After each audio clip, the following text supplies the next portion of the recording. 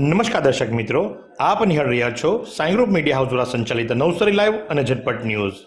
દિવસભરની ઘટનાઓથી અવગત કરાવતું એકમાત્ર બુલેટિનમાં જુઓ દેશ અને દુનિયાના આજના મહત્વના સમાચાર. ગુજરાત પોલીસ પણ હવે હાઈટેક બની ચૂકી છે અને કાયદો અને વ્યવસ્થા જાળવવા માટે ડ્રોન કેમેરાની પણ મદદ લેવામાં આવી રહી છે.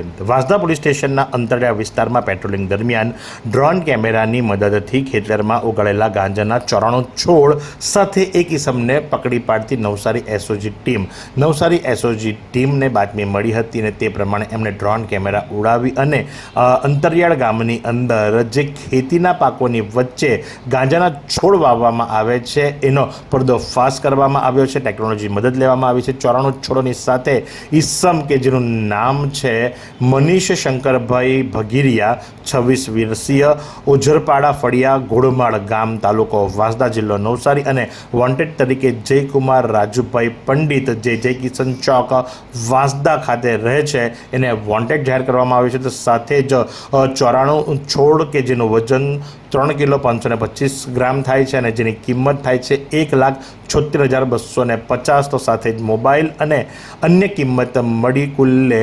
1,81,300નો મુદ્દા માલ કબજે કર્યો છે. જેમ જેમ ઇલેક્શન નજીક આવી રહ્યું છે તેમ જે નાસ્તા ફરતા આરોપીઓ છે એને પકડવાની કવાયત ખૂબ જોરશોરમાં ચાલી રહી છે. જેના સંદર્ભે નવસારી રૂરલ પોલીસ સ્ટેશનના પ્રોહિબિશનના ગુનાની અંદર નાસ્તા ફરતા આરોપીને નવસારી એલસીબી ટીમે ઝડપી પાડી છે. તારીખ 7મીથી લઈ અને ઇલેક્શન નહીં પતે ત્યાં સુધી એક સ્પેશિયલ ડ્રાઈવનું આયોજન કરવામાં આવ્યું છે. જે સંદર્ભે નાસ્તા ફરતા આરોપીની શોધની અંદર જ્યારે નવસારીની એલસીબી ટીમ હતી ત્યારે એમને પ્રોહિબિશનના કેસની અંદર વોન્ટેડ અરવિંદભાઈ કે જે જીતુભાઈ દેડાભાઈ ચૌધરીનો સુપુત્ર છે, 24 વર્ષીય છે, મજૂરી કામકાજ કરે છે, ગામ નવા ગાળા, તાલુકો બારડોલી, જિલ્લો સુરતનો રહેવાસી છે અને ઝડપી પાડવામાં આવ્યો છે કે જેની ઉપર નવસારી રૂરલ પોલીસ સ્ટેશનની અંદર ગુનો નોંધાઈ ચૂક્યો હતો. ભારતીય જનતા પાર્ટીના નવસારી મહાનગરપાલિકાના 2 ઉમેદવારો વોર્ડ નંબર 8 અને 11માંથી ઓબીસી સીટ ઉપર મહિલા અનામત જે હતી એની ઉપર હાલના તબક્કે બિનહરીફ ચૂંટાઈ આવવાની પૂર્ણ શક્યતાઓ દર્શાવવામાં આવી રહી છે. જોકે એક ઉમેદવાર દ્વારા તો સોશિયલ મીડિયામાં પોસ્ટ પણ મુકાઈ ગઈ છે. જોકે ઓફિશિયલી 15મી તારીખે જ પિક્ચર ક્લિયર થશે. પણ હા, એ બાબતમાં બે મત નથી કે આ બંને જણા જે ખરા બિનહરીફ ચૂંટાવાની પૂર્ણ શક્યતાઓ વર્તાઈ રહી છે. ખેરગામના સરસિયા ફળિયા પોલીસ સ્ટેશન પાસે ભગતજી અંબુભાઈ દ્વારા સ્થાપિત માતા આરાસુરી અંબેનો 15મો પાટોત્સવ 2082ના ચૈત્રવદ 11 એટલે કે તારીખ 13/4/2026ને સોમવારના દિને યોજાનાર છે. સવારે 8:30 કલાકે યજ્ઞની શરૂઆત થશે અને બપોરે 12:30 કલાકે શ્રીફળ હોમ બાદ મહાઆરતી અને ત્યારબાદ મહાપ્રસાદનું પણ આયોજન કરવામાં આવ્યું છે.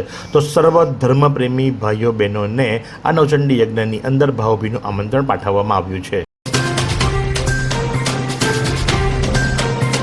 આજના ડિજિટલ યુગની અંદર બાળકો યુવાનોને પબજી ફ્રી ફાયરમાંથી દૂર રાખી તંદુરસ્તી તરફ આગળ વધે એ ભાવનાથી સતત છેલ્લા 9 વર્ષથી ઓમ પ્રીમિયર લીગનું આયોજન કરવામાં આવે છે.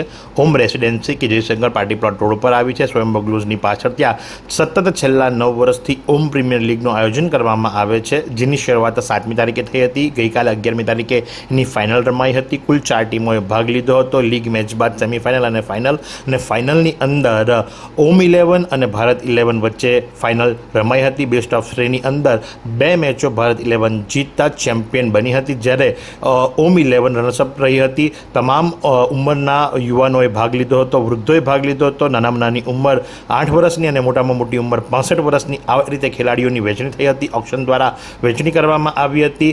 તમામ man of the match, best bowler, best fielder, most valuable player અને તમામ ભાગ લેનાર બાળકોને પ્રોત્સાહિત ઇનામો આપવામાં આવ્યા હતા, ટ્રોફી આપવામાં આવી હતી અને આ રીતે ઓમ પ્રીમિયર લીગનું સમાપન થયું. પોલીસ સ્ટેશન દ્વારા એક જાહેર ખબર બહાર પાડવામાં આવી છે કે ગુજરાત એક્સપ્રેસ ટ્રેન કે જે નવસારીથી મરોલી તરફ જઈ રહી હતી એના ડાઉન રેલવે ટ્રેક ઉપરથી એક અજાણ્યા વ્યક્તિની લાશ મળવા પામી છે, જેની અંદાજિત ઉંમર 30 થી 35 વર્ષની ગણવામાં આવી રહી છે. લગભગ 5 ફૂટ 6 ઇંચ જેટલી એમની હાઇટ હોવી જોઈએ. શરીરે બ્લુ કલરનું હાફ શર્ટ તેમજ ક્રીમ કલરનો પેન્ટ પહેરેલ છે અને એ વ્યક્તિ મૃત થયેલ છે અને એના વાલી વારસદારની હજુ સુધી કોઈ પ્રકારની ખબર પડી નથી. તો જેમના પણ આ ઓળખીતા હોય અથવા તો એમના કોઈ વાલી વારસદાર હોય એમણે તાત્કાલિક અસરથી મોરલી પોલીસ સ્ટેશનનો સંપર્ક સાધવો.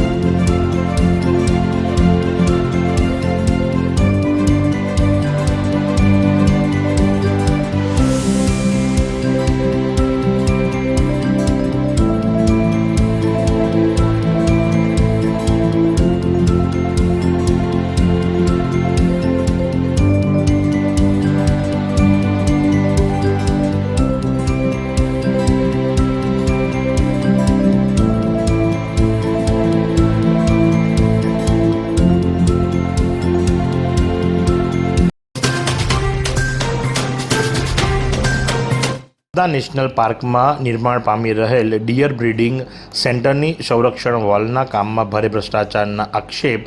કામગીરીની ગુણવત્તા સામે ઉઠ્યા ગંભીર પ્રશ્નો.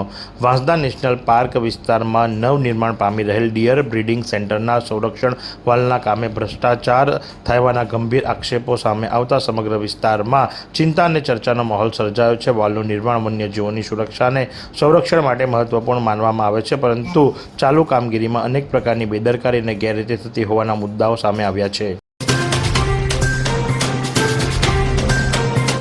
મૈત્રી પરિવારના સભ્ય ડૉક્ટર રશ્મિ પંકજ દેસાઈ લિખિત પુસ્તક મીમાઝ ફેવરિટ રેસિપી મૈત્રી પરિવારમાં લોકાર્પણ કરાયું. નવસારીની મૈત્રી પરિવારના સભ્ય પ્રોફેસર ડૉક્ટર રશ્મિ પંકજ દેસાઈએ તૈયાર કરેલી રસોઈની વિવિધ વાનગીઓની રેસિપીનું પુસ્તક મીમાઝ ફેવરિટ રેસિપીઝનું લોકાર્પણ આજે મૈત્રી પરિવાર દ્વારા ઠાકોરવાડીમાં કરવામાં આવ્યું હતું. મૈત્રી પરિવાર વતી હિના શાહે આ પુસ્તક ભેટ આપવામાં આવ્યું હતું અને ડૉક્ટર રશ્મિએ ભાઈઓ બહેનોને ખાસ કરીને યુવાન પેઢીએ આ પુસ્તક રસોઈ બનાવવા માટે શીખી શકાય એવું ઉપયોગી પુસ્તક નીવડશે એવું કહ્યું હતું. મૈત્રી પરિવારના ભાઈઓ બહેનોએ પ્રોફેસર ડૉક્ટર રશ્મિ દેસાઈને અભિનંદન પાઠવ્યા હતા. ડાંગમાં ભાજપનું શક્તિ પ્રદર્શન. ઉમેદવારોનો ઉમંગભેર ઉમેદવારી ફોર્મ ભરવાના દ્રશ્ય સામે આવ્યા. ડાંગ પંચાયતની સુબીર બેઠક પર સાસુ વહુ વચ્ચે સીધી ટક્કરથી રાજકીય રસાકસી તેજ બની. ડાંગ જિલ્લામાં સ્થાનિક સ્વરાજ્યની ચૂંટણીને લઈને અંતિમ દિવસે ભાજપ દ્વારા જોરદાર શક્તિ પ્રદર્શન કરવામાં આવ્યું. જિલ્લાની કુલ 18 જિલ્લા પંચાયત બેઠકો તેમજ ત્રણેય તાલુકાની 48 તાલુકા પંચાયત બેઠકો માટે પ્રદેશ ભાજપે શુક્રવારે મોડી રાત્રે ઉમેદવારીની યાદી જાહેર કરી હતી અને ત્યારબાદ શનિવારે તમામ ઉમેદવારોએ વિધિવત રીતે પોતાના ઉમેદવારી ફોર્મ ભર્યા હતા. ડાંગના આહવા, વઘઈ અને સુબીર તાલુકામાં ભાજપના ઉમેદવારો સાથે મોટી સંખ્યામાં કાર્યકર્તાઓ ઉમંગભેર જોડાયા હતા. વઘઈ કોંગ્રેસ સમિતિના પ્રમુખ ઘનશ્યામરામ ભોઈએ પક્ષના પ્રાથમિક સભ્યપદેથી આપ્યું રાજીનામું. ડાંગ જિલ્લાના વઘઈ તાલુકા કોંગ્રેસ સમિતિના પ્રમુખ ઘનશ્યામરામ ભોઈએ પક્ષના પ્રાથમિક સભ્યપદ તેમજ તાલુકા પ્રમુખ પદેથી પોતાનું રાજીનામું આપ્યું છે. ઘનશ્યામરામ ભોઈએ જણાવ્યું હતું કે તેઓ છેલ્લા અંદાજે 30 વર્ષથી પોતાના પરિવાર સાથે કોંગ્રેસ પક્ષની વિચારધારા સાથે નિષ્ઠાપૂર્વક જોડાયેલા છે. હાલ ચાલી રહેલી સ્થાનિક સ્વરાજ્યની ચૂંટણીમાં તેમણે ટિકિટ માટે માંગણી કરી હતી. તે દરમિયાન કોંગ્રેસ પ્રભારી દ્વારા વોટ્સઅપ કોલ કરી પોતાના ઘરે બોલાવી મૌખિક રીતે પૈસાની માંગણી કરવામાં આવી હોવાનું તેમણે આક્ષેપો કર્યા છે અને તેમણે વધુમાં જણાવ્યું છે કે આ પ્રકારની માંગણી તેમની નૈતિકતાના સિદ્ધાંતોની વિરુદ્ધ હોવાથી તેમણે પૈસા આપવાનો ઇનકાર કર્યો હતો. ખારેલ હાઈવેની ચોકડી ઉપર બંબ બનાવતા રાહત. નેશનલ હાઈવે નંબર 48 ઉપર આવેલ ખારેલ ચોકડી પર ટ્રાફિક સમસ્યા જટિલ બની હતી, કેમ કે આ ચોકડીથી નવસારીનું એકમાત્ર એપેક્સ હાઈવેનું ખારેલ ઇન્ટરચેન્જ આવેલ છે અને આ ચોકડીની 3 બાજુ બમ્પ બનાવતા લોકોએ રાહતની લાગણી ફેલાઈ છે. ખારેલ ઓવરબ્રિજથી એપેક્સ હાઈવેનું ઇન્ટરચેન્જ ખારેલ પાસે એક્સપ્રેસ હાઈવે ચાલુ થતો ત્યારથી ટ્રાફિક સમસ્યા વિકટ બની હતી. અહીંયા એક્સપ્રેસ હાઈવે ઉપરથી આવતા અને જતા વાહનો બેફામ ઝડપે જતા હોય છે, જેને લઈ વારંવાર નાના મોટા અકસ્માતો સર્જાતા હતા, જેથી કરીને અહીંના 5 ગામોના લોકોમાં બમ્પ ના બનાવવા બાબતે આક્રોશ ફેલાયેલો જોવા મળ્યો હતો અને ખારેલ હાઈસ્કૂલમાં 1600 જેટલા વિદ્યાર્થીઓને માથે અકસ્માતનો ભય સેવાઈ રહ્યો હતો.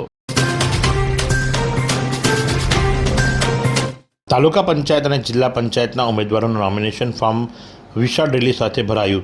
ભારતીય જનતા પાર્ટી વાસદા દ્વારા આજરોજ તાલુકા પંચાયત અને જિલ્લા પંચાયતના ઉમેદવારો નોમિનેશન ફોર્મ વિશાળ રેલી કાઢી ફોર્મ ભરવા માટે વાસદાના કુકણા સમાજ ભવનથી ભગવાન બિરસા મુંડાની પ્રતિમાને ફૂલહાર કરી ભારત માતા જયઘોષ સાથે રેલી સ્વરૂપે ચૂંટણી પ્રભારી કરશન ટીલવા, મહામંત્રી લોચન શાસ્ત્રી, પિયુષ પટેલ, સંગઠન પ્રમુખ સંજય પટેલ, મહામંત્રી પ્રકાશ પટેલ, રાકેશ શર્મા, યશપાલસિંહ વગેરે સહિત વાજિંદ્રો સાથે રેલી સ્વરૂપે નોમિનેશન ફોર્મ ભરવા વાસદા મામલતદાર કચેરી સુધી પહોંચ્યા હતા.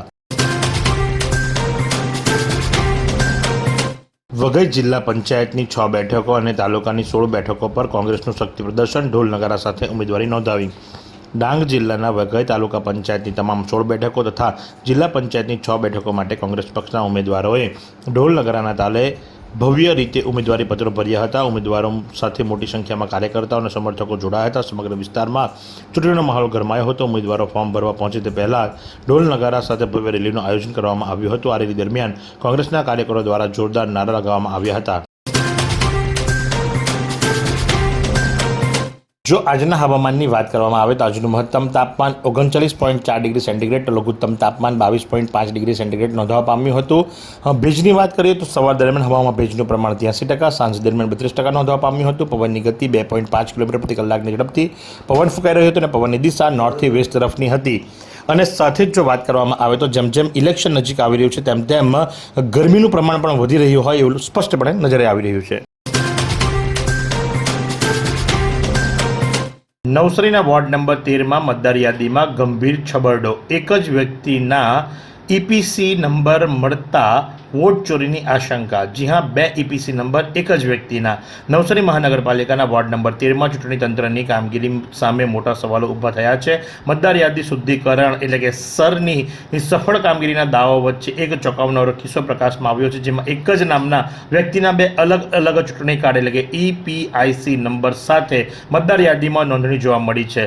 ઓનલાઈન વોટર પોર્ટલ પરથી વિગતો મુજબ નૈતિક કુમાર ફૂલચંદ શાહ નામના મતદારના 2 અલગ અલગ એન્ટ્રીઓ બોલે છે. આશ્ચર્યની વાત એ છે કે બંને એન્ટ્રીમાં ઈપીઆઈસી નંબર જુદા છે, પરંતુ બાકીની વિગતો જેવી કે રહેઠાણ અને મતદાન મથક સમાન છે. એવી કઈ હોસ્પિટલ છે જ્યાં કેન્સર માટે સર્જરીની સેવા હોય, કિમોથેરાપીની સારવાર હોય, રેડિયેશનની સારવાર હોય, પીટી સીટી સ્કેન હોય, કેન્સરની પેથોલોજી હોય, મેમોગ્રાફી હોય, એટલે કે બધું જ. હા, બધી જ સારવાર એક જ હોસ્પિટલમાં હોય. તે છે નવસારી નિરાલી કેન્સર હોસ્પિટલ.